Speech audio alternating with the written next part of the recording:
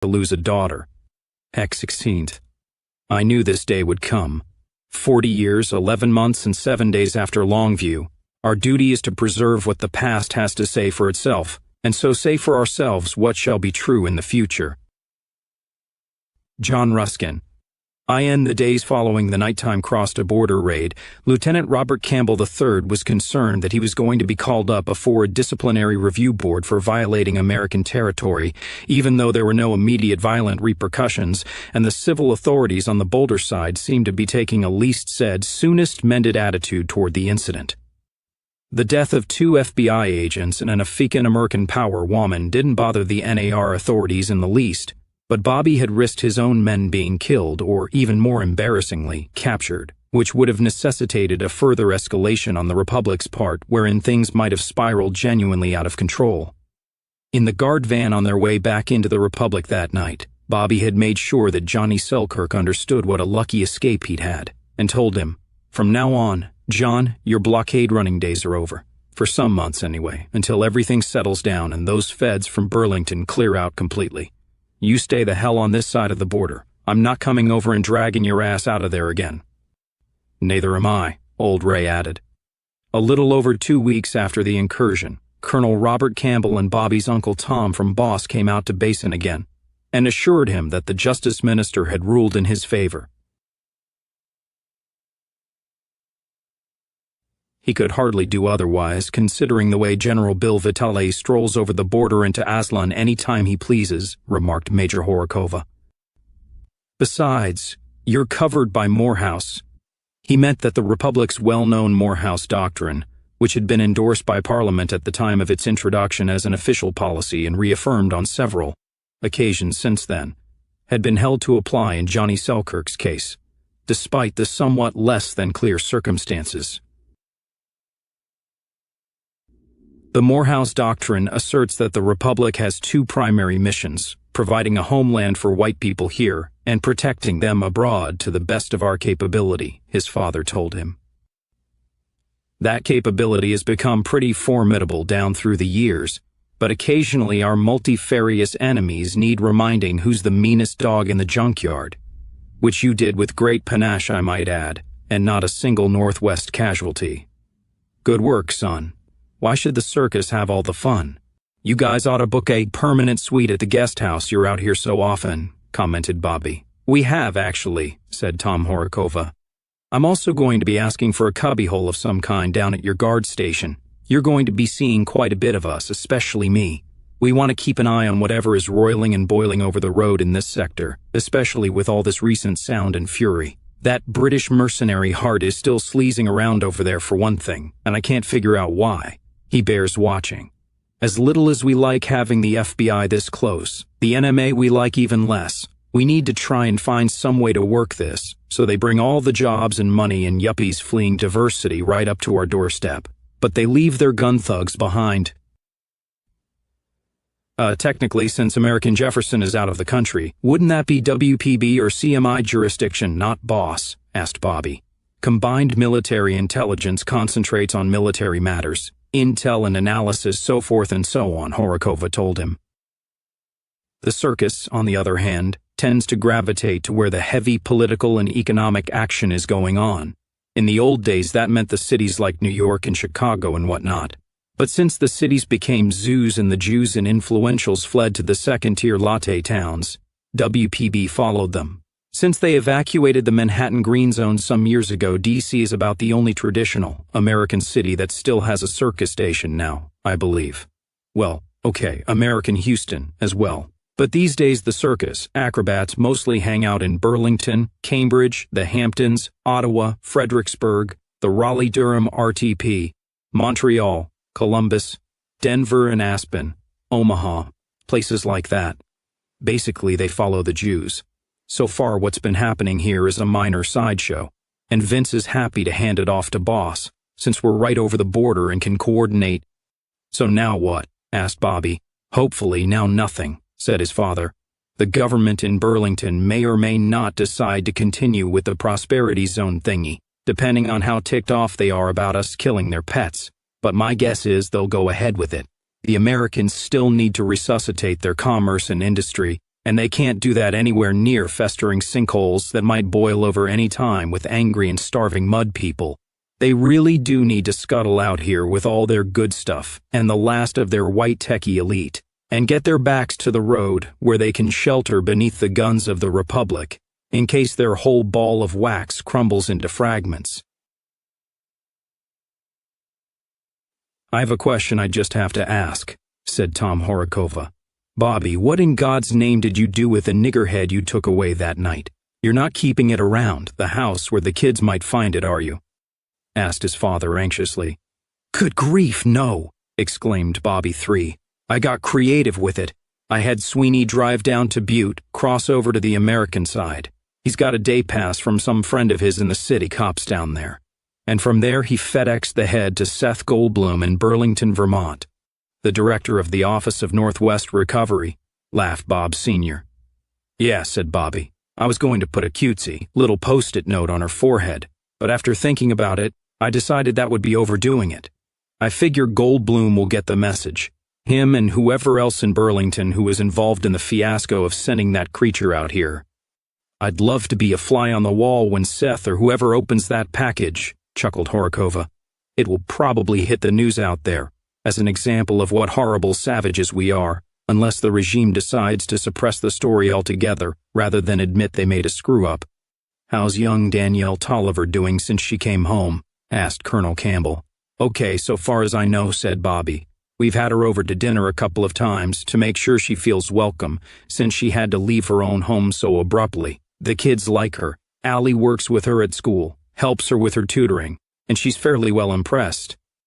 "Danny started classes at Cataract High?" asked Campbell Sr. "Yes," said Bobby. "Like a lot of new immigrant kids, she's going to have a hard time catching up. Most of her American education was unbelievably deficient by our standards. She was never taught how to multiply fractions or do long division in elementary school, although to be sure at least they did teach cursive writing in her 5th grade year, which is something. I understand that most American schools don't anymore. Danny's high school science courses were about what we teach 6th graders. Her language training was laughable and consisted basically of how to ask one's way to the cantina and the bathroom in Tijuana. There was of course no tracking at all by scholastic ability, no serious evaluation of her skills, or any attempt to determine what she is really good at in life and how she could become a productive citizen. That's a holdover from the days when there were niggers and Mexicans in Montana and the curriculum had to be dumbed down to primate level," said Tom. "Nor could there be any tracking or student assessment which made blacks come out on the bottom, so they did. Away with it. Kind of like dealing with the problem of constantly late trains by abolishing timetables. They actually did that in the United Kingdom in the last century, by the by," Bobby went on. "Danny was told that Maya Angelou and the rap of Booga Booga Bee constitute English literature, and needless to say, the history she has been taught over there is one gigantic tissue of lies from beginning to end. Fortunately, Danny seems to have spent most of her time for the past several years in home economics, auto shop, 4-H courses like animal husbandry and agricultural science, and she seems to have escaped the usual American adolescent ambition of running off to the city where she can live a life of debauchery away from family supervision and censure. She seems to be one of those girls who are just born good, with naturally healthy instincts." "Her religion probably helps," commented Horakova. "You have to give them their due. I'm not a Christian myself, but once you get rid of the Zionism, it's not too bad a way to live. For generations past, down to this very day, the fact is that white Christian families in the United States are almost the only ones who still produce multiple children, instead of the almost obligatory single child for liberal yuppies, if any. They still offer the best chance a white child has out there to grow up straight and clean. If you don't count teaching those children to worship the most evil people on earth as gods," added Campbell Sr. grimly. "Yeah, well, there is that," replied Horakova. "You know how they call us all Nazis," commented Bobby. "Just like we're not all Nazis, not all Christians worship the Jews. I wonder if Captain Selkirk is willing to concede that," asked Campbell. "Jason Stockdale knew him back during the First War, and he told me a few stories about him. Ray does not take kindly to tub-thumpers, apparently. Apparently he was married, fairly young, and they really messed with the mind of his first wife. Well, Danielle is still staying out there at the Selkirk spread, and she hasn't asked to move into town," said Bobby. "From what I hear, the old man is treating her with courtesy and respect, which pretty much jibes with what I hear about him. So long as you don't get on the wrong side of him." "John Selkirk going to marry her?" asked Bob Sr. "He ought to, since she put her life on the line for him." "Don't know," said Bobby. "Haven't asked. Not my jurisdiction." Danny Tolliver was doing her best to adjust to her new situation in life, although she still had a distinct through-the-looking-glass feel about everything. She had heard nothing from her mother and father, and nothing from old Elwood, although admittedly they had taken away her phone, so they had no way to get in touch unless they wanted to call the Selkirk home, which Danny thought unlikely. Johnny had given her another phone, and she could have called them, but she decided to let it be for a while until she found her feet and decided if she was on the right path or not. Hopefully time would heal the wound somewhat. She knew that in a goldfish bowl like this part of the border, her parents and her brother would know she was all right. Her grandfather probably didn't care anymore. Danny was sure that to old Elwood she was just another spucky traitor now. It saddened her deeply, but she knew there could be no going back. Johnny's mother, Christina, a slim and strong woman who had been brought to the Republic from Sweden at age 6 as a refugee from mandatory Islam, which would not allow girls to attend school, took Danny in with a perfunctory hug and put her to work milking and feeding the animals and the people around the ranch when she wasn't in school, just like the rest of the family teenagers. Danny was perceptive, and she understood that this wasn't John's mother being cold to her as an interloper, but Christina's way of accepting her as a member of the family. Everyone assumed that she and John would be getting married in June before Danny went in for her labor service stint. The Selkirks gave her a nice room in their sprawling ranch compound, where she discovered firsthand how Northwesters tended to live in large extended families. Back in Boulder, she had only one brother and no sister, but she soon realized that here she would have almost a dozen of each in more or less her age group, if one counted Johnny's brothers and sisters. Plus assorted cousins and nephews and relations, not to mention all the older people who kept coming in and out all the time, and whom she despaired of ever keeping track of. She had experienced this on her first weekend at the Selkirk spread, when her new sisters and cousins had taken her down to Northwest Butte and gone on a shopping spree, fitting her out with a whole new wardrobe of hats, long dresses with full sleeves, new lace-up shoes that displayed no immodest ankles, and assorted hats. She quickly learned that many of the things she had been told about the Northwest Republic from her childhood on weren't true, although some of them were. For one thing, not everybody walked around carrying guns and shooting each other in fast-draw contests in the street. Our First Amendment guarantees the right to keep and bear arms, just like your Second Amendment used to do before Hillary, but it doesn't say you have to keep and bear arms, Johnny explained. We know we have that right, absolutely and forever, so there's no need for us to be constantly proving it, and since we've got no niggers or spics, there's no criminals to defend ourselves against. Most people don't bother to carry. School was hard in some respects, especially academically, since more often than not she didn't know half of what the teachers were talking about. But this problem was not unknown to the Northwest school system, which had a lot of practice in absorbing and upgrading ignorant white children who were coming into the country from schools where they had been taught nothing but useless and unmitigated drivel. Danny signed up for every extra tutoring program in school and found she wasn't alone. There were several other new immigrant kids at Cataract whose parents had only recently managed to escape the travel regulations and hate laws in their own countries and flee to the Northwest. These included an English girl Danny's own age, a Finnish boy, and several East Canadians. There was also a solemn girl of 15 named Frida who was still learning English. Her native language was an odd, primitive dialect that puzzled and perturbed the local German-speaking community. Frida was possibly the last survivor of the Germans of Southwest Africa. Her parents were dead, and she had been raised by her great-grandfather, Hans, an engineer who had been held captive for years by a Herero warlord in order to keep his electrical equipment and toys running. When the girl had begun to mature at around age 12, the old man knew what was in store for her, which was to be given to the mulatto Rehoboth Basters, who wanted to maintain their distinctive café au lait coloration. A princely bride price of 30 cattle and 12 rifles had already been agreed upon with the Herero chief. Hans had fled with his great-granddaughter into the Namib Desert in one of the last of the warlord's functioning bakkies or pickup trucks, and they had made it into the arid Orange Free State, where one of the scattered Afrikaner farm families who still survived in South Africa had taken them in. After enough adventures to write a book about, the two of them had been smuggled into the Republic, only to have the old man die in his first Northwest winter. Hans was 92 years old, yet having lived all his life in Africa, he had never seen snow before. One afternoon, Frida found him sitting in an armchair by the window in their Bureau of Race and Resettlement immigrants' apartment, his eyes staring out into a falling white curtain. The old man's last sight on earth was something he had known only from books and from the stories of the old people in his childhood, who still had some memory of the fatherland. In that sense, he had indeed come home. Frida was adopted by a local German couple and was just getting started at Cataract, a year late. She had a lot of catching up to do, but not as much as one might think. Old Hans had taught her how to read and write himself when she was a child, and tutored her in everything from history to outdated electrical circuitry, almost all of it from memory. The Herero would not let him have any of the crumbling books that were occasionally found in the ruins of white homes and buildings, for they feared these were the magical source of the white man's power, which of course they were. Danny had been worried about making friends at Cataract High School, and afraid that she wouldn't be accepted by her new fellow students. She had grown from childhood, believing that these people she now lived among were evil monsters, and she was pragmatic enough to understand that these young men and women had almost certainly been raised to think the same thing about her and her family. To her surprise, she found she needn't have worried.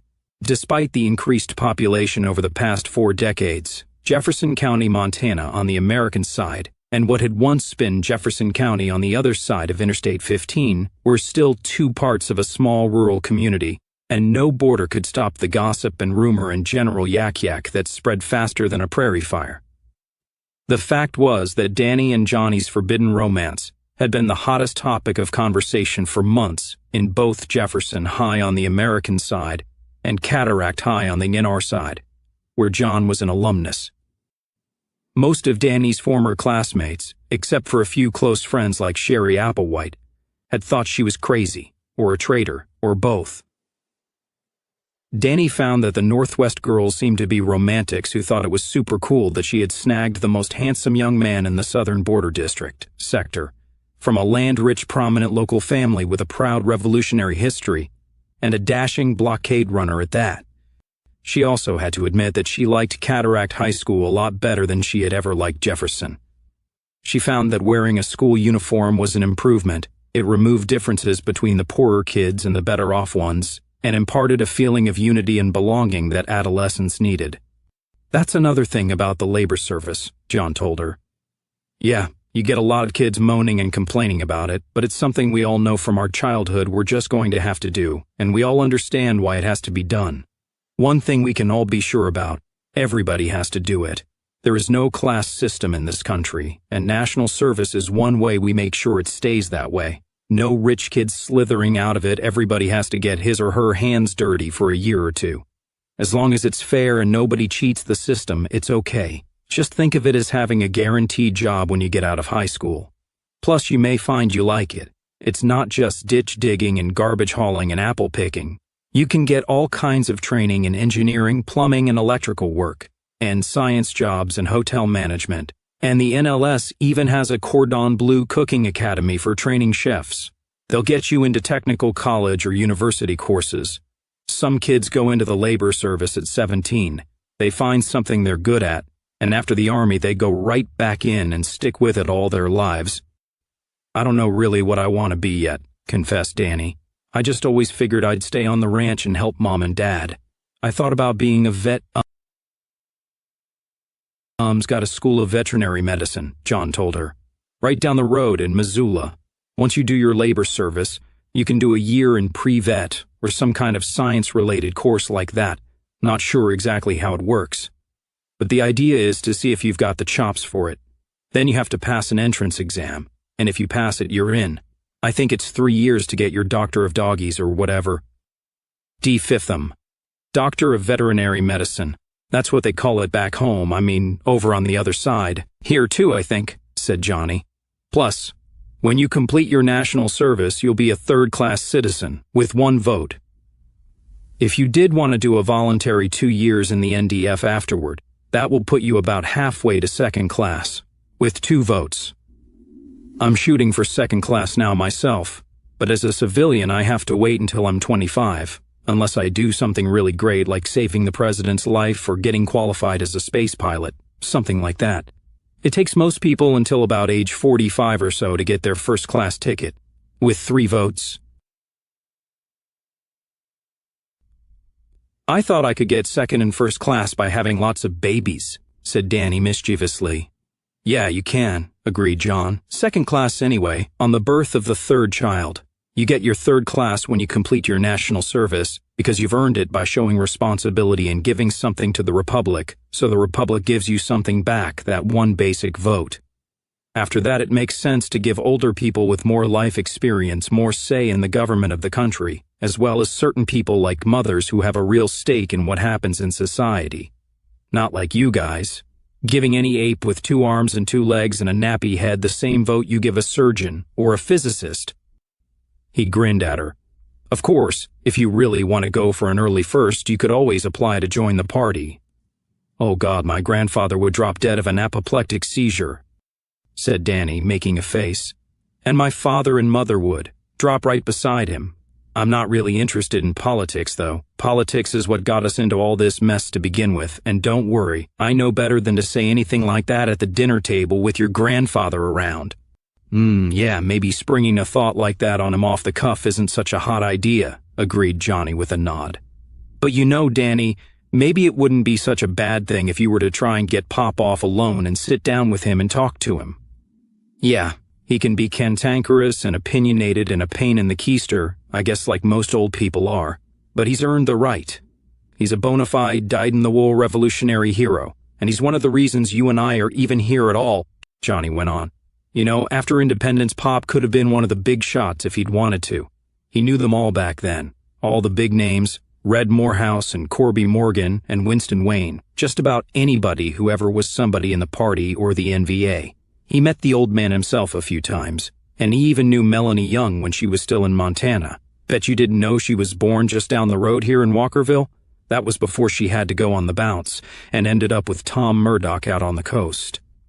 After Longview, the new government practically begged all the old hands to stay on and take on major political and administrative roles, but some like Pop weren't having any. They'd done what they had to do, and now they were going back to pick up what was left of their lives and get on with living, and Pop was one of those. He came back to this place, and the only thing he ever asked of the Republic in return for his service was the return of the deed to this ranch that the Jew Bank had foreclosed on. Which he got, and then he got on with life, with one major interruption for the 7 Weeks' War. Look, Danny, you've already started taking history and moral philosophy class at Cataract. Yeah, that's the one I have to pass, she said. Yup, no grades, only a pass or fail. That doesn't mean you have to agree with anything Mr. Nixon says. You can argue with him all you want. Hell, he likes kids to argue with him. I've already noticed, said Danny dryly, but before you graduate, your H&MP teacher has to certify to the school and the state that you have at least some basic understanding of how our country came to be, and why, and how things are in the world. You don't have to agree with any of it, but you have to know it. Basically, so if you screw up, you don't have any excuse.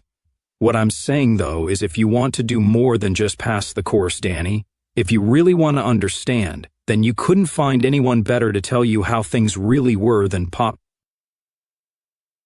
Johnny, a month or so ago, my grandfather drove me all over the American part of Jefferson County, showing me all these places where really bad stuff happened during the Trouble. Sorry, I mean the War of Independence, Danny corrected herself.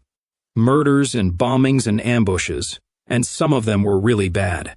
At least he made it sound that way, and he says your grandfather was responsible for some of it. He was probably responsible for most of it, said Johnny with a chuckle, and he won't deny it. Why don't you ask him about it? So Danny did. She found old man Selkirk in his private den in the ranch house after supper, sitting in his armchair reading The Way We Live Now by the 19th century novelist Anthony Trollope. People really read a lot of books over here, she began tentatively. Not like at home, I mean over on my side of the road. I mean, I know this is my side of the road now. Selkirk chuckled. I know what you mean, Danielle. Our television signs off around midnight with a national anthem, and we've only got 4 channels anyway. 1 channel for news and politics and current affairs, 1 entertainment channel, 1 educational channel, and 1 privately owned channel, so we can let people breathe and experiment, and sometimes let off steam a bit. Any more than that gets unhealthy, and the tube starts replacing reality in people's minds. Like a lot of things, TV can serve a useful purpose, but only in moderation. Our people should always have something better to do than stare into a stupid electronic screen. He held up the book. Bet you didn't know that most of the major literary figures of the 19th and a good bit of the 20th centuries were anti-Jewish? This is a good example. The villain of the piece is a Jew swindler named Melmotte, who's one of the slimiest Hebes in all literature. I never even heard of Trollope, said Danny, shaking her head. That's Trollope, and no, I suppose you haven't, said old Selkirk, shaking his head with a sigh. What America has done to generations of young white people is criminal and unforgivable. You have no idea where you've been or where you come from, so how the hell can anyone expect you to know where you should be going? My grandpa told me where I come from, said Danny. He told me what happened back then, when he was a deputy and you were a spucky. She had blurted the word out through careless habit, and she slapped her hand over her mouth in sudden fear. Oh no, I didn't mean to say. I've heard the word, Danielle, the old man said with a chuckle. Never was quite sure what it meant. I think some Jew disc jockey in Seattle made it up. They also used to call us goots, which I think is a corruption of the word gook from Vietnam days, but I'm not sure who came up with that one either. Usually it was just terrorist, or racist murderers, or Nazi psychopaths, or murdering racist, fascist, Nazi terrorist psychopaths, or some other combination of any of those. They never really had much imagination when it came to us. I guess we freaked them out too much. On the other hand, did you know the English language has over 100 different terms for nigger? No sir, I didn't know that, said Danielle. Mr. Selkirk, my grandfather told me a lot about you down through the years, none of it good. A few weeks ago when he found out I was seeing Johnny, he took me on a kind of ghoul's guided tour of places over on our side of the road where all kinds of horrible things happened back during the Trouble, and your name got mentioned a lot. Johnny said I should ask you about it. So ask, invited Selkirk. I guess I just want to know why it had to be so bad, so bloody and violent and terrible, said Danny, picking her words very carefully.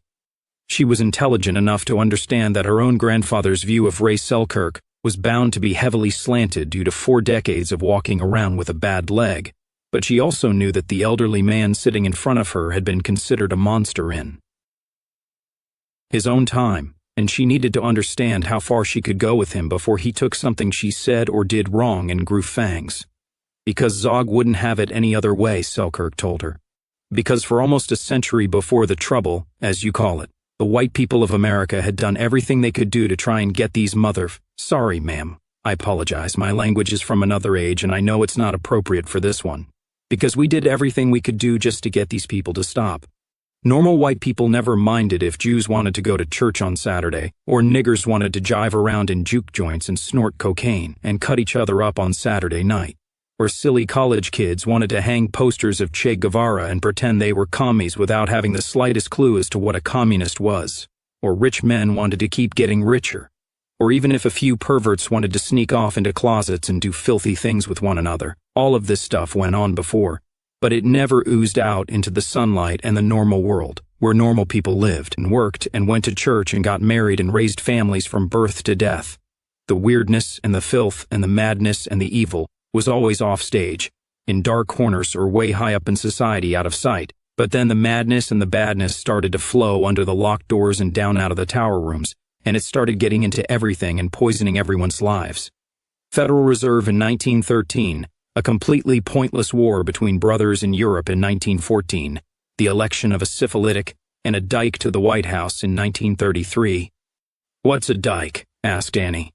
That's some kind of dam the Dutch used to keep back the sea, isn't it? Yeah, it's a damn something all right, muttered Selkirk. Never mind, girl, that part of your education definitely ain't my responsibility.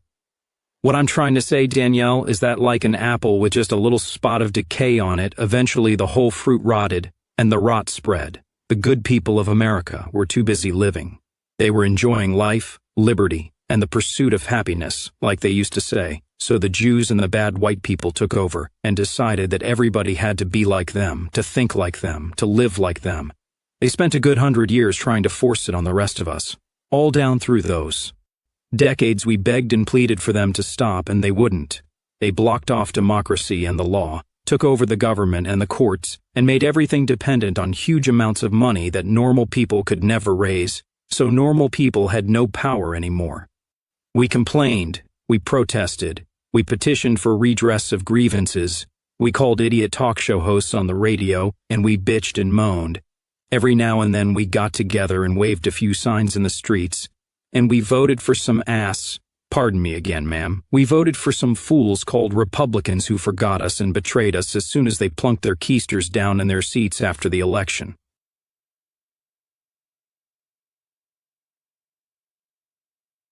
And they added insult to injury. The Jews and liberals controlled all the media, so every television show and movie mocked us and belittled us and spat on everything we cherished. They still do, sir, said Danny. I'm a Christian, remember? Yeah, so you know.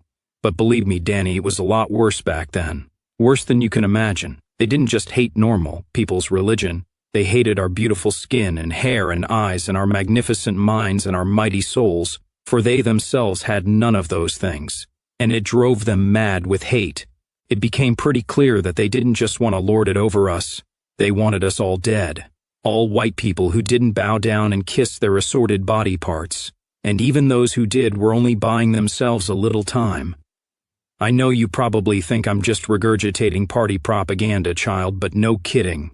They really wanted to kill us all. No more white people anywhere ever. And for generation after generation, all we would do was weep and wail and gnash our teeth and wring our hands and beg and plead with them to stop. That was all we ever wanted. We just wanted them to stop. So what happened then? Asked Danny. We made them stop, said Ray simply. You know how. Your grandfather told you how, and I imagine he told it pretty much right. Did you really have to murder all those Mexican people that one time, to make the bad people stop doing what they were doing? Asked Danny quietly. Yes, ma'am, I did, said the old man. I suppose I could try to explain it to you, but I doubt you'd get it because you weren't there. You've never had to live like that, a stranger and a victim in your own land where people with dark skins hunt you as prey. So you damned well better hunt them back, better and meaner. You could never understand, and that's a very good thing. You shouldn't have to deal with horror like that. We did it so you would never have to. Danny, there are some things in life that just have to be done. You don't go all broody and introspective like Hamlet and dither about it. You just get on with it, you do what has to be done, and you don't spend the rest of your life repenting or justifying or agonizing over it. The continued life of this wonderful and beautiful race of ours is the ultimate justification for everything. Because politically correct horse dung aside, the fact is that we are the world. Really. Shakespeare once wrote all the world's a stage, or I suppose in these times it might be said that all the world's a movie. If it is, then white people have all the speaking parts. The other races are just extras for the crowd scenes. My grandfather said it wasn't necessary, Danny persisted with quiet stubbornness. Grandpa said we should have chosen to die rather than be cruel to the dark people to survive, because we're supposed to be better than that. I'm sure he did. And the horrifying thing was that even in the face of extinction, there were white people who truly felt like that. Still are, I imagine, even to this day, in spite of everything America has become. The Jews have done a slap-up job of destroying our minds and making us hate ourselves. I'll give them that. There are white people in what's left of the United States today, very wealthy white people, of course, who genuinely believe that our race deserves to perish from the earth for the crime of making this planet a place of civilization and man's creation. White people who actively work for the destruction of this country because we will not think and believe like them, and be like them, and accept their moral superiority and obey them. That's the true essence of liberalism. White people doing what they're told. Groupthink, as Orwell called it. You know who George Orwell was, Danny? No, sir, I'm sorry, I don't, Danny admitted. That's a pity, because you're really missing something. George Orwell was a communist who lived long enough to learn wisdom, and his last 2 novels redeemed his life of error. I'll lend you those books, and I think they'll help you understand, said Ray. He shook his head. You know, I swear, white people are the only race that is even capable of formulating such a thought, that we deserve to die. You ever notice that? We're the only race on Earth that possesses a conscience. We are the only people in human history capable of feeling guilt and shame. You're a Christian, you say. You know the story of the Garden of Eden and the serpent who persuaded Eve to eat of the forbidden fruit? Have you read the Bible, sir? Asked Danny in some surprise. Sure, chuckled the old man. Haven't you ever heard that the devil can quote scripture? You know, one interpretation of that chapter is that the forbidden fruit was actually the knowledge of sin. Adam and Eve took a chomp, and then all of a sudden they realized they were naked and started grabbing for the nearest fig leaf. The white race is the only human species that is capable of understanding the concept of sin, of offending God and incurring his wrath. Niggers have no sense of sin, they only fear the whip, and when you take away the whip you get, well, look at what's left of Chicago and Minneapolis today, and see what you get. Asians are more advanced. They have a deep sense of honor and sometimes ethics, but that's not the same as a conscience. Only white people have that. I'm sorry, miss, I'm rambling, like old men do. Where were we? You said you had to use all that terrible violence to make the bad people stop doing what they were doing, Danny reminded him. Oh yes, said Ray. Well, we did. Reverend Billy Bob Pritchard, he's the head of our church, and he delivers a digital sermon every Sunday from our home church in Texarkana. He says violence never settles anything. Old Ray sighed. Look, Danielle, let's bring this closer to home. I know that whatever you think of me, which probably isn't much, you care for my grandson, and regardless of the skeletons in your family closet, I'm glad to see that. John is right at that age where he needs a good woman and responsibility to steady him down. I have reservations about your religion due to some things that happened in my own past, but that was many years ago, and I get that Christianity in an all-white society is a lot different from what it became under political correctness, when it morphed into a monster like a werewolf under a full moon. From what I've seen so far, I think you two would be good for each other. But what do you think would have happened if we hadn't used force a few weeks ago to get him back from those snakes who were planning to do him harm? Where would he be now, and what would he be suffering? Where would you be, and what would you be feeling? I'm sorry, ma'am, but this idea that violence never settles anything is simply not true. It has settled the fate of people and nations quite effectively, and finally, ever since history began. Do you know that all of us, both my family and yours, exist only because of a single act of violence? Something from the War of Independence? Asked Danny, getting the name right this time. No. I believe you've mentioned one of your teachers at Cataract High School is a lady named Mrs. Allura Campbell, correct? Yes, sir, said Danny. The Campbells have had me and John over for dinner at their house. Of course I knew that, muttered Ray irritably. My mind must be starting to wander. You know who Mrs. Campbell is, or rather who her mother was? Yes, sir, answered Danny. Georgia Myers, who killed President Hunter Wallace. That's why they call Allura the daughter of the nation. The whole country kind of adopted her after Lieutenant Campbell's father, and Elizabeth Parris smuggled her back to Montana in the last weeks of the war. It's famous.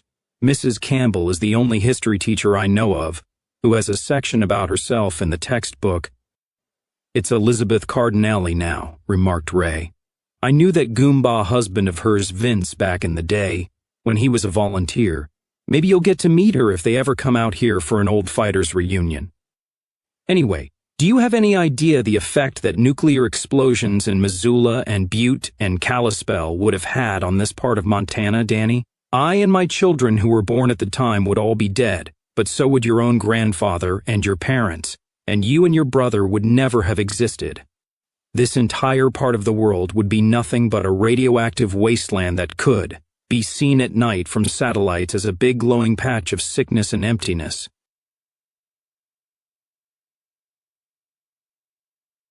God knows how many people of all races would have died in this country, in the US and Canada, even in Aslan and Mexico, all because one gibbering madman hated us so badly that in his madness he would slaughter millions rather than allow an all-white nation to exist. That is how badly some of these people hate us, Danielle, and this one had the power to act on his hate. A brave woman stopped him, by stabbing him through the eye with a pencil and then surrendering her own life as the price of that deed. 2 lives for how many untold millions saved and how many millions who would never have been born except for an act of violence. Your preacher is wrong, Danielle. Violence most certainly does settle things. A lot of things. My grandfather would agree with you, said Danny with a sigh. He just thinks they got settled wrong. I know, said Ray with a chuckle. Danny was looking at a framed portrait of a young woman standing on the mantelpiece of the fireplace. She was a pretty girl dressed in a leather miniskirt and spiky-haired, with body piercings and jewel studs, a style 50 years out of date no woman in the Republic, and few in the States would be seen dead in these days. Ray noticed her looking at it. That's my sister, Carol. It was taken before the war, when she was about your age. Why does she look like that? Just a child being silly. Even out here in Montana, white kids lived in a television and computer world that came from the degenerate cities. Niggers were supposed to be cool, so white kids tried to dress and act like them. Carol's wigger phase was short, thank God, but she liked that photo because it bugged the hell out of Mom and Dad. Ray went on with a laugh. I keep that one in here because she liked it so much. Reminds me of a time I can't really remember anymore, before all the trouble started. We have a better picture of her on the wall in the living room, taken later, without the nose ornaments and the hair spikes. Yes, sir, I've seen it, said Danny. I think she looks sad in that one. She was, Ray told her. It had started by then. Mr. Selkirk, said Danny slowly, not knowing whether she dared broach the topic at all. John told me what my grandfather did to Carol and her children. How he sent them off to that place in Nevada, and they died there. I didn't know. That's one thing he never told us about ever. I am truly sorry. What for? Asked Ray. You didn't do it. You weren't even born then. But why? Asked Danny, shaking her head. I don't understand how he could do something like that. The same way I could put bullets into the heads of all those beaners, Danielle, the old man told her. Because it was his duty. Just after sunset on the night of September 29th, 2 long black shapes whirred softly across old Interstate 15, over the half-ruined town of Jefferson City on the American side. The aircraft were British-made Puma 12 attack helicopters. That is to say, they were made in Sheffield from Chinese-manufactured parts and assembled by a mud-colored workforce, supervised by members of the United Kingdom's ever-shrinking white technological and engineering elite. They were part gunship, armed with air-to-ground missiles and revolving-barrel weapons, but with passenger room for up to a 6-man assault force as well as pilot and CO pilot. Tonight there were only 8 commandos in camouflage, 4 men on each helicopter. Those who weren't that color already had their faces blacked. One team was commanded by Colonel Malcolm Hart and the second by Captain Trevor Jones. Jones was a black Brit that is a mulatto who was brave enough and capable of following fairly complex orders, but who had never managed to lose his quasi-Cockney accent and replace it with proper spiffy BBC Oxonian. London was now one of the largest non-white cities in the world. The copter's engines were in whisper mode, using the latest variation on blue pulse technology developed at the beginning of the century that quieted if not totally silenced engine noise by using triple flap modules in the trailing edge of each rotor blade in order to muffle the blade vortex interaction. Essentially the rotor slapping and sucking on air that emitted the well-known whuppa sound. The machines could be heard from the ground, but not from very far off, and they were flying so low and fast that any casual observer couldn't be sure what he had seen. Most likely not, anyway. The new model Army men were still somewhat jumpy. It had been a long time since any American had bearded the Northwest Lion in his den. Jones spoke into his communications headset. Sure, we can't just drop a couple of missiles on this gaff, air it out with the chain guns, and then bugger off home, sir? He asked. No, that would make this little excursion of ours look too much like an act of war, Captain, replied Hart from the other copter. It's not war. It's just a bit of roughhousing, a friendly little social call to return a favor. A dead lady for a dead lady, to be sure, but also hopefully the beginning of another long round of that jolly old game of tit for tat. These barbarian cowboys won't be able to let the loss of this particular damsel rest, and things should get sufficiently hot that this community prosperity zone business will either get put on the back burner, or better yet, if they go ahead with it, It will require all manner of new model army presence to protect America's remaining honeybees from their unpleasant neighbors. We'll need blockhouses, brimmer walls, minefields, razor wire embankments, motion sensors, high-tech communications, and above all, many troops deployed along the border. That will mean weapons, munitions, supplies, rations, accommodation for the troops, and that in turn means copious defense budget, of the kind America hasn't been able to scrape up in a generation. Always remember, Captain, in a democracy it's all about the money. Who controls it? Who decides who gets how much of it? Among the other industries, which will be revived by the Community Prosperity Doctrine, will be traditional defense contracting, which has been languishing in the doldrums for quite a while. A long, low-level border war will also put paid to all this constructive engagement bollocks, and possibly get a certain neglected government department elevated back up to full cabinet status where it belongs. "I presume you're not just speaking off the cuff, Colonel?" asked Captain Jones over the commo. "Oh no, Captain," replied Hart. "I crave retribution for the murder of my dusky Dulcinea, right enough, but I made sure to clear this op with higher-ups. The conversation I had by secure uplink with ONR Director Goldblum was most instructive. I never liked this barmy idea of sheltering America's remaining productive people and plant under the guns of our worst enemies. Very bad form and asking for trouble. It's also insulting to the new model army. I mean, what the devil do they pay us for anyway?" "We're glorified bloody turnkeys is what we is, sir," said Jones. "Prison guards keeping their cities locked up. No job for a soldier that—" "Precisely, Captain. Soldiers need a proper war with proper opponents. Consider our little expedition this evening as contributing to our job security, hence certain parties' willingness to let us have use of the air transport. Otherwise, we'd be hoofing it tonight." "ETA to Pole Mountain Road AZ 10 minutes, Colonel," spoke up the pilot in the cockpit. "It could be cut to 4 minutes if you'd just let us—" "No, you need to circle round and make your approach from the west," said Hart. "Stay low as you can and scare the piss out of the prairie dogs. Our intelligence on their air defenses is by no means what it should be. I want to make absolutely certain there are no nasty surprises waiting for us." Lieutenant Bobby Campbell III was staying late at the Civil Guard station with his father and uncle, helping Major Tom Horakova get set up in his new office, or rather the office he would use when he was in Basin to check up on events across the road. Ironically, it was the same utility closet into which Bobby had thrown the battered Gabby Martine a month ago. Bobby had cleaned it out, removed the shelving units, and moved in a desk and several filing cabinets. Tom Horakova and Corporal Sweeney were now fiddling around with the in-house telephone and computer connections. "I assume your laptop is WorldNet accessible, Uncle Tom?" asked Bobby with some envy. "Yes, sometimes it has to be, when there's something on somebody's computer I need to see," said Horakova. "It took me years before I could get even that level of clearance. I can view foreign websites and read them, and take notes which I then have to type up and submit in hard copy reports, but I can't download anything off the WorldNet. Surely by now we've worked our own IT capabilities up to the point where we can ease up on some of the cyber paranoia?" asked Bobby. "Not being able to connect with the rest of the world has advantages other than security, Bobby," his father reminded him. "Do you really want your 12-year-old son looking at videos of women performing sexual acts with animals and watching gyrating, screaming niggers?"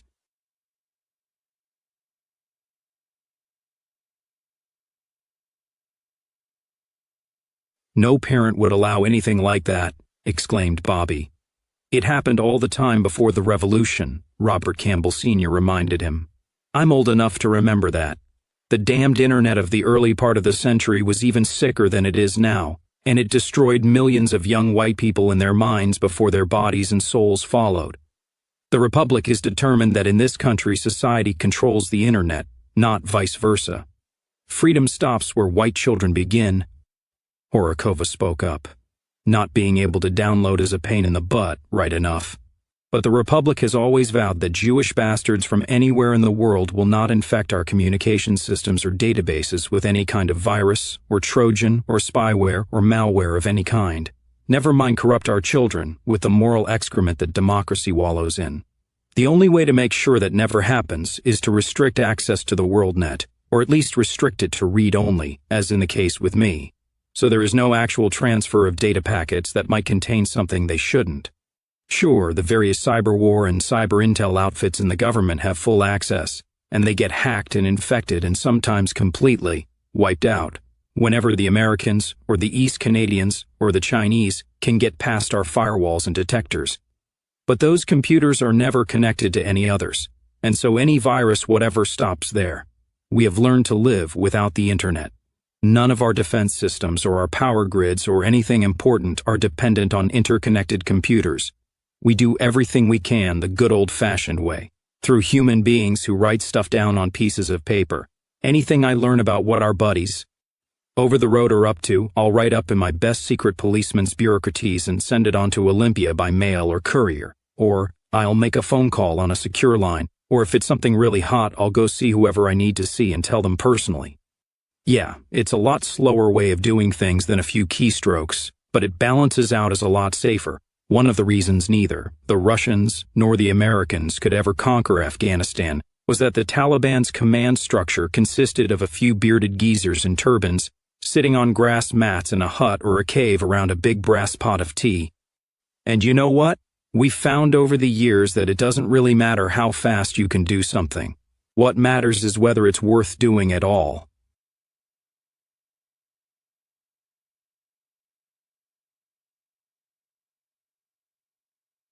Bobby had taken to carrying his Jefferson County hotline phone on his belt next to his personal phone, and now it bleeped at him. He said. Wonder what Lomax wants. I'll put it on speaker. He pulled out the phone and opened it. Yes, Sheriff? What can I do for you? You can get your ass out to your house now, came a voice. What? Exclaimed Bobby. You're not Sheriff Lomax. No, Campbell, this is Brandon Blackwell. Remember me? I stole Lomax's special phone because I had to get hold of you. So what's this about my house? Asked Bobby. That son of a bitch Hart called in some of his thugs, and they've got 2 military helicopters as well, so for all I know this may be officially sanctioned, said Blackwell rapidly. They left about 10 minutes ago. I hacked his laptop, and so I know where you live, I think.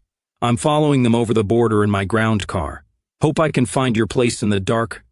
What the hell are you talking about? Snapped Bobby, a chill suddenly creeping into his blood. Hart was fucking that Hapa FBI agent you guys shot, Mona James. And he's out for revenge, said Blackwell. He's got 8 or 10 guys in the copters, and he's going to attack your house and kill Allura, probably your kids as well. Move. Bobby snapped the phone shut and looked at the others aghast. Tom, you've got your boss Sky car? Asked Colonel Robert Campbell. Out front, said Horakova. We can get there 3 minutes from liftoff.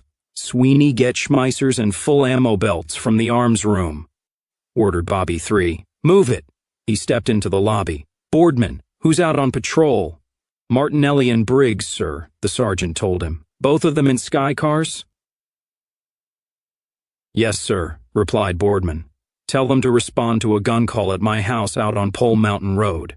Approach with caution. There will be other guardsmen and civilians in the area, as well as armed hostiles.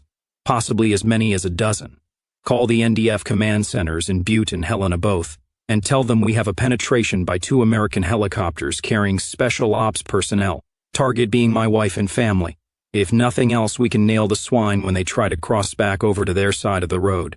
Request an SS Rapid Response Force. By then, all 4 men were running for the door, Corporal Sweeney tossing them Northwest-made MP-40 submachine guns, 2 pounds lighter than the German originals due to carbon fiber folding stock and fittings, as well as web belts laden with magazine pouches. They leaped into Horakova, car, and as the vehicle whirred and chunked and lifted into the air, Bobby flipped his personal phone open. Come on, Allie, pick up, he hissed under his breath. Hi, Bobby, he heard his wife's voice say. You guys on your way already? Dinner won't be for another hour. Yeah, honey, we're on our way, but not for dinner, her husband told her. Allie, listen to me. I'm not joking, and you have to do what I say. We have some unwelcome visitors on their way, hired killers from across the road. They're retaliating for that time we visited them a few weeks ago, and they're coming to kill you and the kids as punishment for one of the nigger bitches. There was a moment of silence on the other end. All right, what do you want me to do? She asked calmly. There was no panic, no unnecessary questions. No hysterics like an American woman would have immediately lapsed into.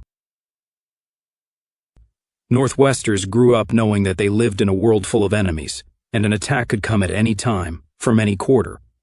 My first instinct is to tell you to get out of the house, but American military copters will have infrared detection equipment, and these guys will have night sights on their weapons, said Bobby.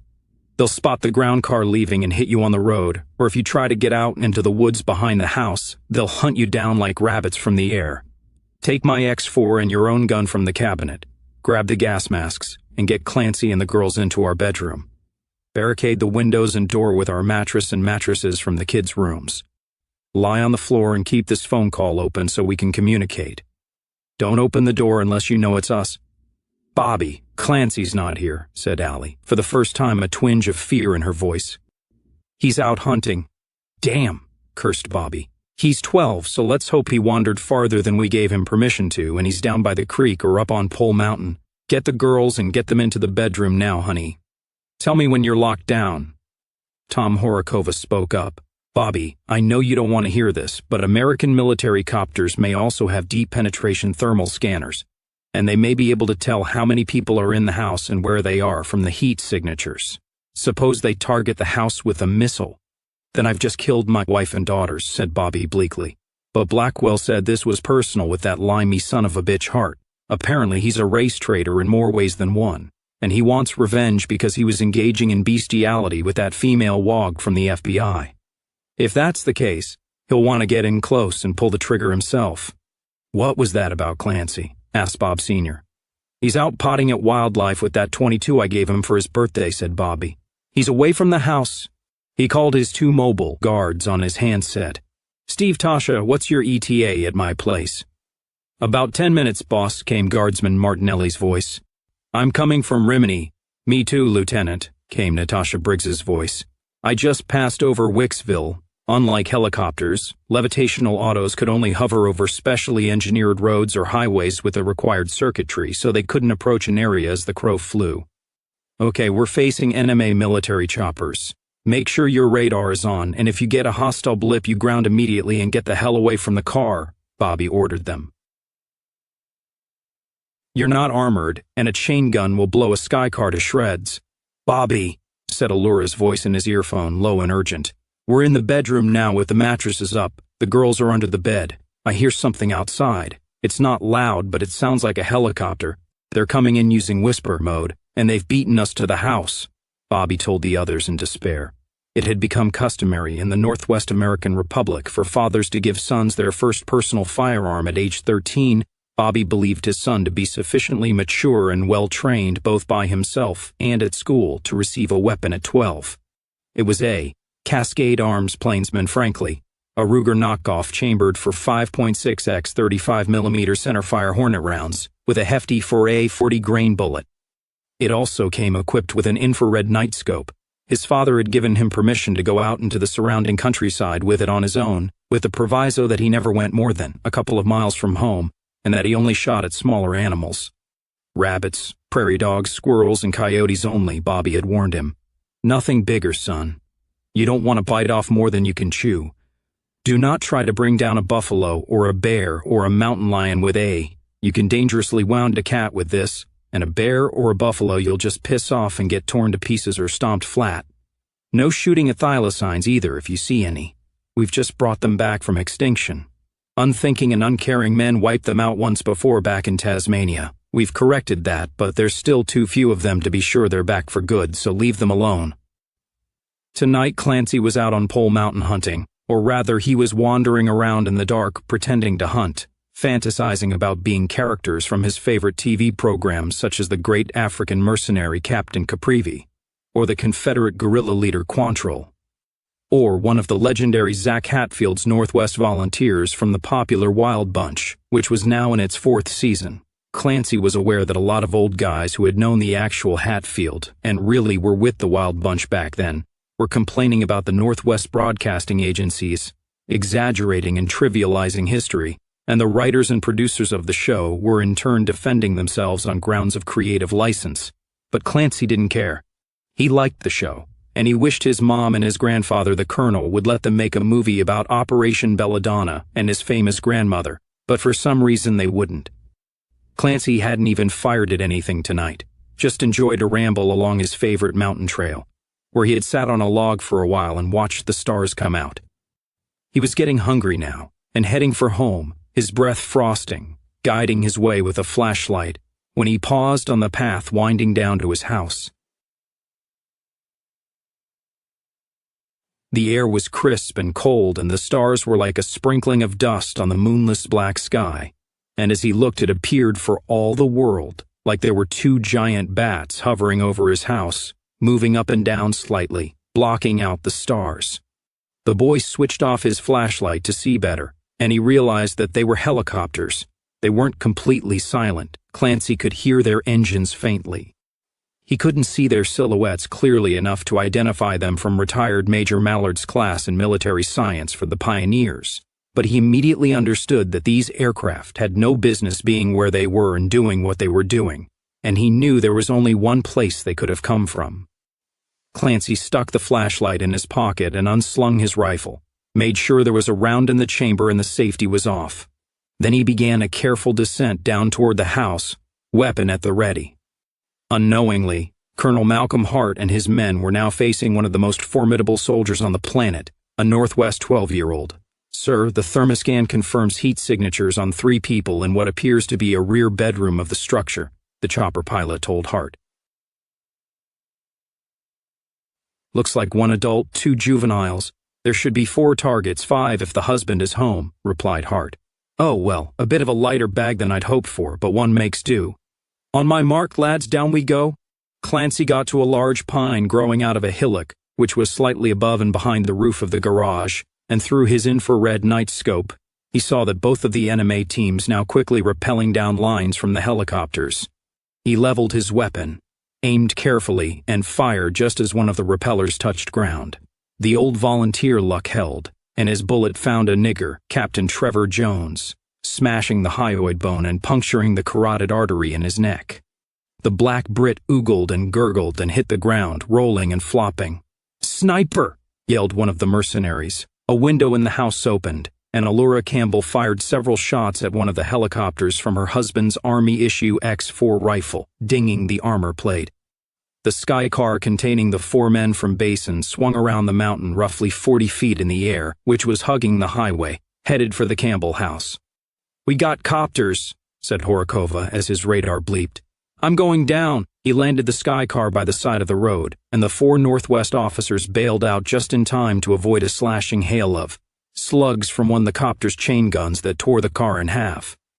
They knelt and returned fire, the 9mm rounds rattling harmlessly off the armored aircraft. "Sweeney, move and fire at the copters. Make as much noise as you can. See if you can distract at least one of them away from the house," yelled Colonel Campbell. He tossed Sweeney several extra magazines. "Bobby, you and Tommy come with me." Several shots cracked out through the darkness, along with several bursts of automatic fire. "Wait, who's firing out behind the house? That doesn't sound military, that sounds like something light." "My God, it's Clancy!" yelled Bobby. The Americans' automatic weapons fire rattled in bursts. "They're shooting at my son."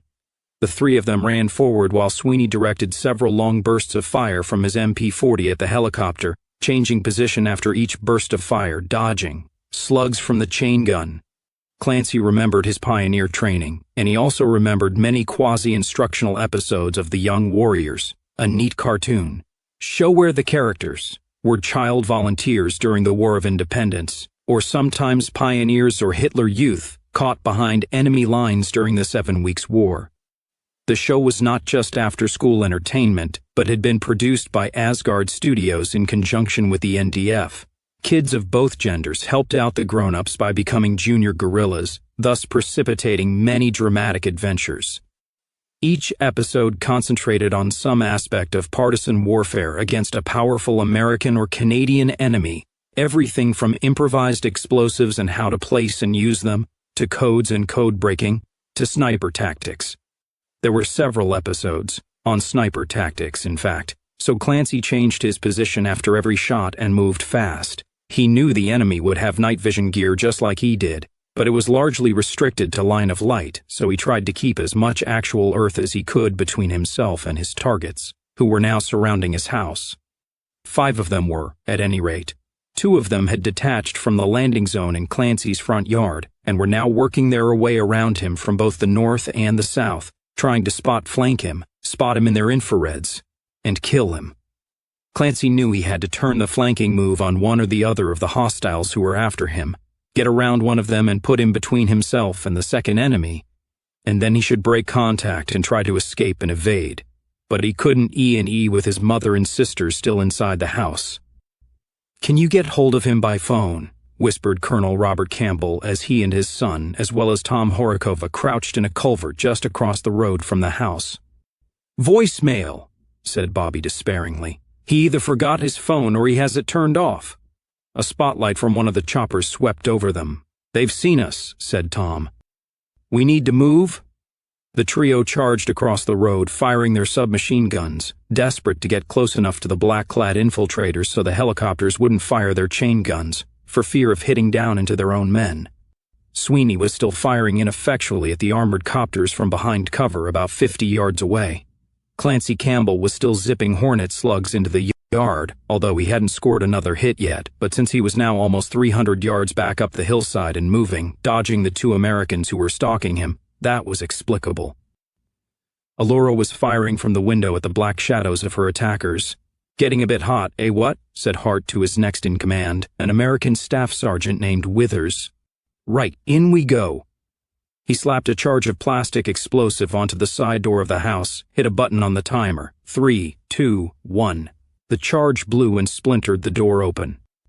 "Right, Merrick and Carlson, bag that sniper. Farouk and Jolson, make the new lot keep their heads down. Withers and Lumumba with me, we take out the targets and—" Up on the ridge in front of Pole Mountain there was a pop and a flash and then a whistling streak of light. A shoulder-fired surface-air missile zipped overhead and slammed into the first helicopter, exploding and knocking it end over end in the air, slamming it into the ground almost 150 yards down Pole Mountain Road, where it burned. The second pilot, with typical American gallantry, abandoned his ground team, soared upward and banked to the east. A second, almost casual missile exploded the copter in mid-air. "Who the hell is that?"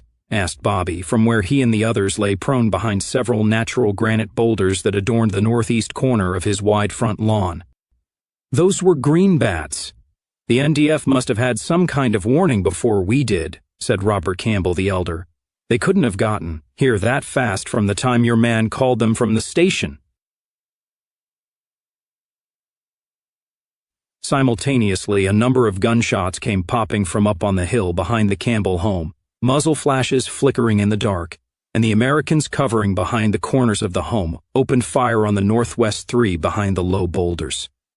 For the next minute the action became indescribable, but as nearly as Bobby III could ever reconstruct it, on one of the Americans flipped a hand grenade through the shattered window Allura was using for a firing port, and Allura batted it back like a badminton bird. The two Americans on the north side of the house either didn't notice it or couldn't get hold of it in time to toss it away, due to being pinned down by Schmeisser fire from her husband and relatives, and the grenade detonated, killing both attackers. And Sergeant Withers and Corporal Mwengi Lumumba, who were preparing to follow Colonel Hart into the house, were shot and killed by marksmen on the low hill behind the garage, using armor-piercing bullets that cut through their flak jackets.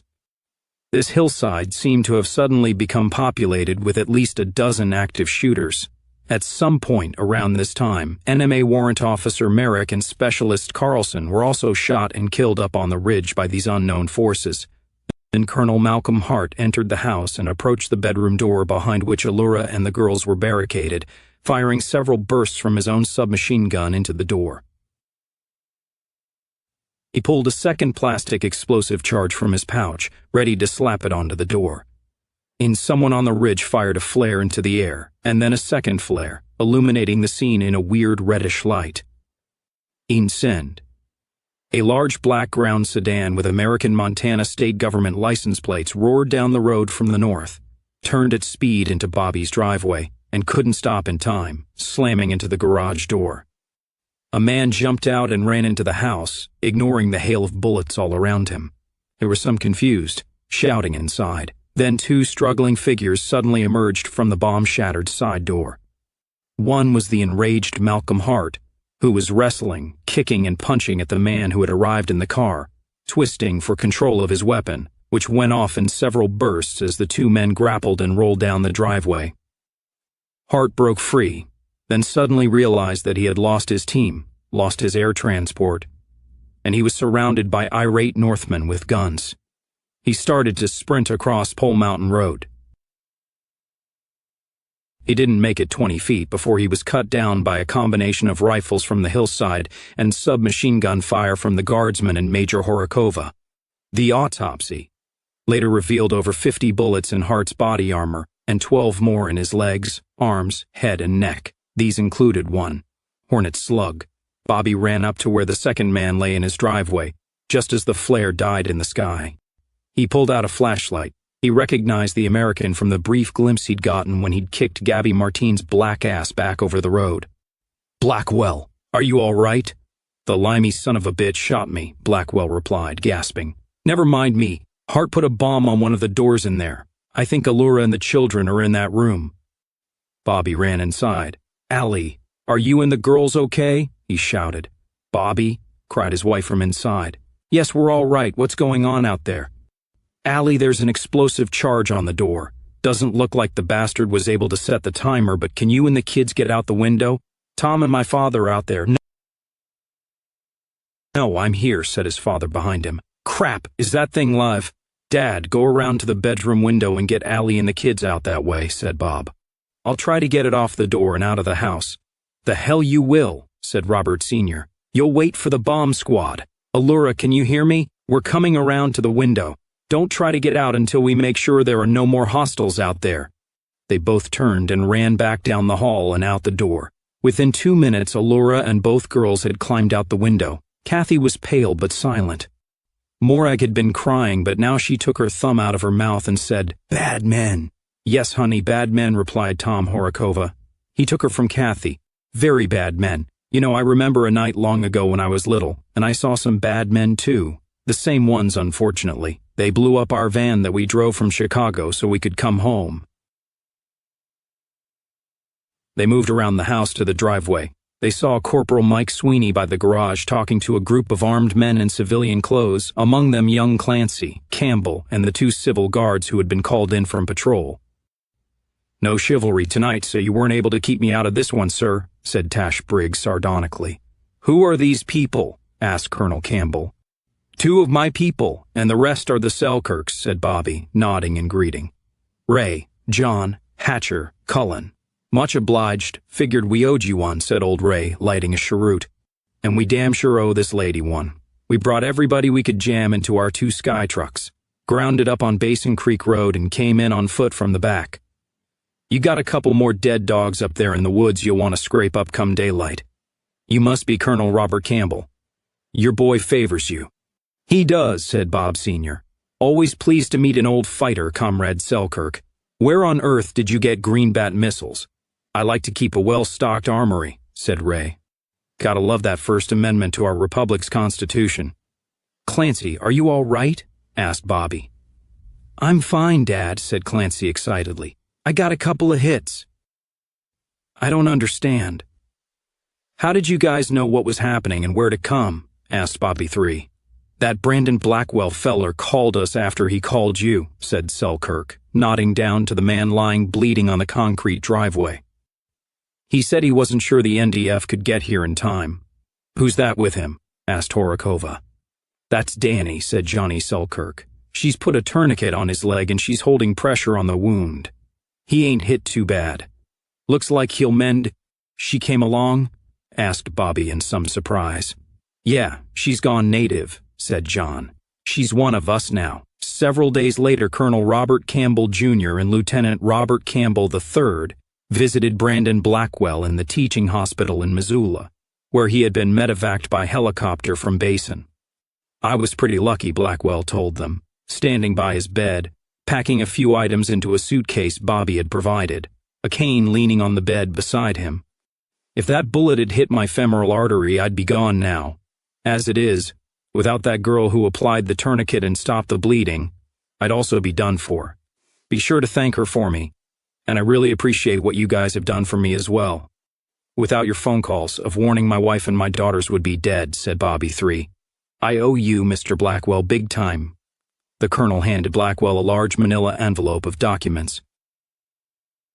Here's your intro pack from the Bureau of Race and Resettlement, he told Blackwell. This pretty much spells out everything you're entitled to as a homecoming present from the Republic, and how to get it. As a single man, you're entitled to a 2-bedroom apartment or small house, free for a year, 1 bedroom to sleep in and 1 for any storage or professional needs. That's for guys who want to start their own small businesses, fixing watches or doing something by hand, which happens sometimes. You can use that 2nd bedroom for a home office. What about zoning laws? Asked Blackwell. We don't have any, said Campbell Sr. One of the things you'll be issued by your local BRR when you get where you're going is a middling thick book in nice, readable 14-point type. I think it's about 300 pages now. That's our laws, all of them. We make it a point of pride to keep them all in one volume. If it ever threatens to get too big, we'll repeal some to make sure we can keep it all in one cover. Anything that's in that book, you damned well better obey. Other than that, you can do anything you want here. Anyway, getting back to accommodation. After the first year, you can stay in your BRR housing if you want, at a fair rent, and after 4 more years as a renter, you can buy if you like. And you'll be credited with the rent you've already paid as your first equity. Most new migrants prefer to move up the ladder, so speak, and so they don't stay in their first bureau housing, but some do stay in their first. Home here, all their lives. Sure, we can't persuade you to stick around Missoula, sir? No, said Blackwell, shaking his head. I think I'll head out to the coast, Seattle or Portland. I've been a bureaucrat all my life, and since I'm too old and out of shape to be much good on a road crew or a farm labor detail, I'm told they'll be finding some papers for me to shuffle, and there will be more of that in the large cities. Besides, I'm a city boy originally, old Boston Brahmin stock. I was even a New Yorker before New York was overrun. Wide open spaces make me agoraphobic. That's a pity, Mr. Blackwell, said Bobby. We hoped you would stick around. My wife is especially grateful to you. Yes, I saw her briefly that night, said Blackwell. Even seen from where I was lying on the ground, she's very beautiful. And those are 3 fine children you have. You're a very lucky man, Lieutenant. I am indeed, said Bobby. Before you leave Missoula, Mr. Blackwell, I hope you'll go up onto Mount Sentinel and visit my wife's mother's grave. It's a national monument now. Attracts tens of thousands of visitors every year. Funny you should mention. I actually plan to do just that, said Blackwell in a neutral voice, turning away. It would seem a good way to start my new life here in this horrible racist dictatorship of yours. I'm glad to hear you weren't going to leave without saying goodbye to her, said Robert the Elder. I should mention, Mr. Blackwell, that while we do not maintain a national DNA database in the Republic, the Bureau of State Security does maintain such records in the case of persons of interest, or who might become of interest, or anyone we think might ever need to identify for any reason. We took the liberty of running your DNA from the blood and tissue samples they took from you when you came in here. We found a match. Of course you did, said Blackwell with a sigh. He looked up at them. Well, what are you going to do about it? Were you really just going to vanish into the Republic somewhere and say nothing? Asked Bobby III. What is there to say? Asked Blackwell, spreading his hands. No, really, what am I going to say to her? What in God's name could she possibly want to say to me? I don't think she even knows my name. No, said Campbell Sr., shaking his head. Georgia never told me your name and I never asked, and although I presume your identity is on record somewhere with the WPB in an old intel file from Operation Belladonna, after the war I never bothered to ask then either. You're right, it seemed irrelevant.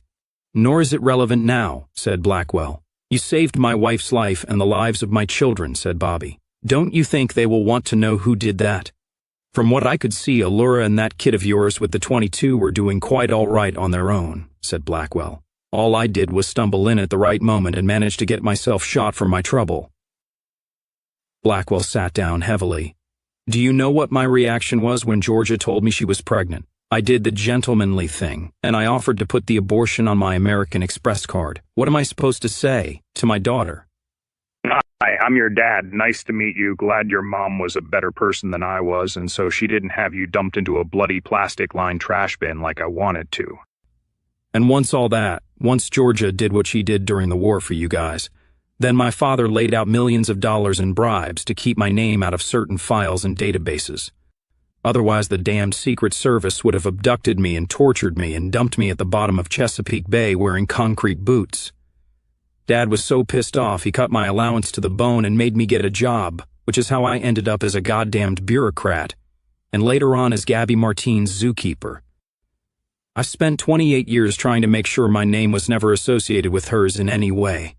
I can see no reason to change that policy now. Why should I? What purpose would it serve for her to know? From what I can gather, she's happy. She's got a great family and a job and a hobby she likes. Is archaeology her job or her hobby anyway? Both, said Bobby with a fond chuckle. When she can't do it, she teaches it. Look, Mr. Blackwell, I get what you're saying. Yeah, this is a mess. I have no idea at all how my wife is going to react when I tell her. But I've got to tell her. I can't keep a secret like this from her, even if it may be for her own good. It's just not done on this side of the road. Life's partner means just that here. Really, son, I haven't got a thing to contribute to the family tree, said Blackwell desperately. I'm like most white males in America for the past 100 years. I screwed around until I was past 40 when it finally started to dawn on me that I wasn't a kid anymore, and whatever I was going to do in life, I'd better get on with it, although by then I was too old and tired and beaten down by this filthy world the Libbies and the Kikes have made to start over. I've been going into a cubicle at 8 o'clock every morning and leaving at 5 o'clock every night, and stuffing my body with bad food and my mind with bad electronic images for almost as long as Allura has been alive. And that's all I've ever done. Why would she want to know me at all? There's nothing to know. Bobby III looked at him. I think my wife will want to know that she has a father who gave up his whole life, however pointless and futile that life was, who defied the tyrant's laws by crossing that road into the land of freedom, who attacked a heavily armed thug of democracy while he himself was unarmed, and who shed his blood in order to save her and her children from death, at the hands of those who are the mortal enemies of all mankind, he told Blackwell. Allie has grown up around that kind of man all her life, not the least my own dad here. I think she'll want to know her father is one as well. So you're going to tell her? Asked Blackwell. I have a better idea, Mr. Blackwell, said Robert Sr. Suppose we get you checked out of this hospital, then we all go up to the Mount Sentinel National Monument together. We'll give Allura a call and have her meet us up there, and when she comes, you can tell her. Your call, sir. This is, after all, a free country. Come with us, or head westward to the sea as you wish. Blackwell hesitated for a moment and then said, I'll come. Thank you, sir, said Robert Sr. While we're waiting for Allie, I'll tell you about Georgia. H. A. Covington. It was a warm and sunny afternoon in late May, and the dirt parking lot at the Sugarloaf United Pentecostal Church on the Narr side of Old Jefferson County was as full as anyone had ever seen it. It was Danielle Tolliver's 17th birthday, and from now on her birthday would become her wedding anniversary as well. Guests had been arriving at the picturesque white clapboard church, a historic building dating back to the early 20th century, for the past 45 minutes. Everyone was coming by ground car, since Sugarloaf Road hadn't been wired for levitational vehicles yet. At least half of the cars bore Montana state license plates. Danny and Johnny Selkirk's wedding was the biggest cross-border social event in living memory, and included most of 2 graduating high school classes, Jefferson High on the American side and Cataract High in the Republic. It was also the first time that a minister from the American side of the road was officiating in a church ceremony on the northwest side. To everyone's surprise, the head of Danny's minor Pentecostal denomination, the Reverend Billy Bob Pritchard, had come all the way from the church's headquarters in Texarkana to perform the ceremony. Major Tom Horakova of the Bureau of State Security was standing outside the church door, along with Lieutenant Bobby Campbell III, wearing a subdued but neat zoot suit with crisp seams and cuffs. Since boss dress uniform was a simple and unrelieved black tunic and cap with no insignia at all, he decided it was best to remain informal. Besides, the American guests might have taken me for a hearse driver, said Tom. I'm actually here in a semi-official capacity, as an observer. Pritchard's church is small, with only about 1 million members and most of them online or TV only, but they're very conservative in their morals, and ever since the hate laws have kind of crumbled away out there, They have been more and more open about their biblical opposition to race mixing. Not to mention that, like most Protestant evangelicals, they have a lot of successful and affluent people in their congregation. In some respects, this is a very significant gesture Pritchard's making today, crossing the border in more ways than one. It comes close to a political statement. I talked to him a little last night over in Boulder. You went over the road? Asked Bobby III in surprise. You sure that was smart, Tom? Things aren't that mellow between us and them, at least not where state security agents wandering over the asphalt are concerned. No offense, Ben, he added. None taken, said Sheriff Ben Lomax, who was standing beside them, along with Deputy Lewis Brumley. The American lawmen were both in civilian suits, or would have been had either of them been officially there. I let them use the trailer in the underpass. It was the preacher's idea.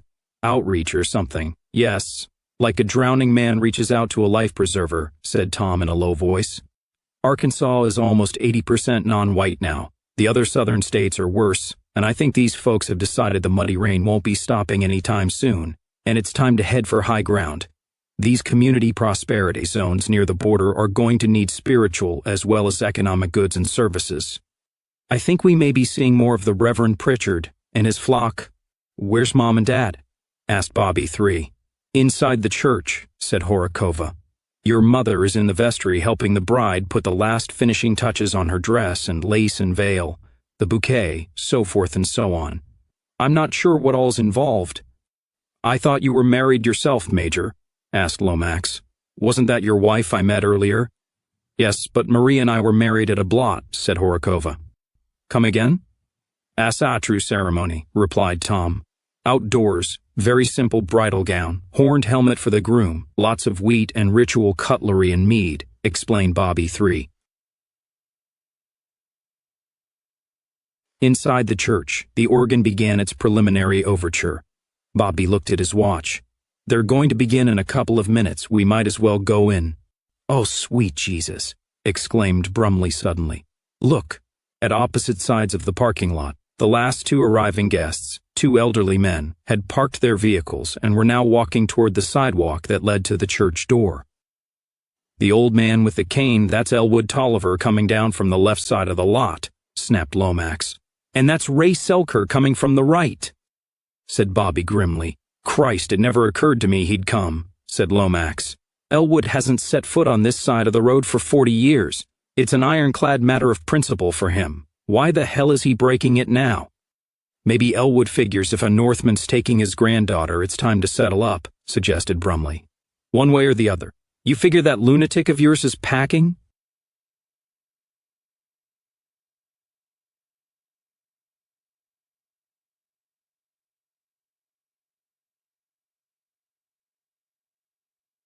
Bobby asked Lomax. Is yours? Replied the sheriff. Bobby thought quickly. Look, this is supposed to be a wedding, not the last battle of the War of Independence. If either of those two geezers reaches under his jacket, we need to charge fast, grab both of them, disarm them, and throw them into separate squad cars until the ceremony's over. If it doesn't look like they can play nice during the reception, we take them to our respective lockups to chill. That works, replied Lomax. Let's see if it's needed. The two old men stopped at the head of the walk and stared at one another, or glared would probably be a better word for it. Finally, Tolliver lifted his bad leg and he spoke. I just got one question, Ray. Why the hell did you do this to me? You had me cold that day. Why didn't you put the goddamn bullet through my head and be done with it? The thought did occur to me, growled Selkirk. 2 reasons. The first was that Carol wouldn't have wanted that kind of vengeance. I sure as hell did. Then, anyway. But I knew if she'd been there, she wouldn't want you dead. So I just gave you something to remember us both by. And the second reason? Demanded old Tolliver. Selkirk looked at the church, with the organ music wafting from it. I let you live because I knew this day would come. This day, or something like it, however many years it took. Now, don't you even start in on some long tard-ass speech about peace and reconciliation overcoming the wounds of old war and hatred and all that happy horse shit, snapped Elwood. I won't believe one damned word of it. And I wouldn't offer it, said Selkirk. Elwood, let me explain something to you. We volunteers were all scared back then. Scared of dying, scared of getting shot or just plain murdered by your crew. Scared of the terrible things that might happen to our families and our loved ones. Sometimes even scared we were doing some things God might not be able to forgive. But the one thing we were never, ever afraid of was that we would lose. However God might judge our sinful souls, He was always on our side. Had been since the first time the white man laid aside his computer and his television set and his big bowl of nachos and picked up a loaded rifle and showed himself worthy of God's love and assistance. That's what I mean when I say I knew this day would come. We won, you arrogant piece of American cop shit, and now you're finally over in this part of the county where you can see that blue, white, and green flying in the sky. You're a real son of a bitch, Ray, snarled Tolliver. It's been said, Selkirk agreed.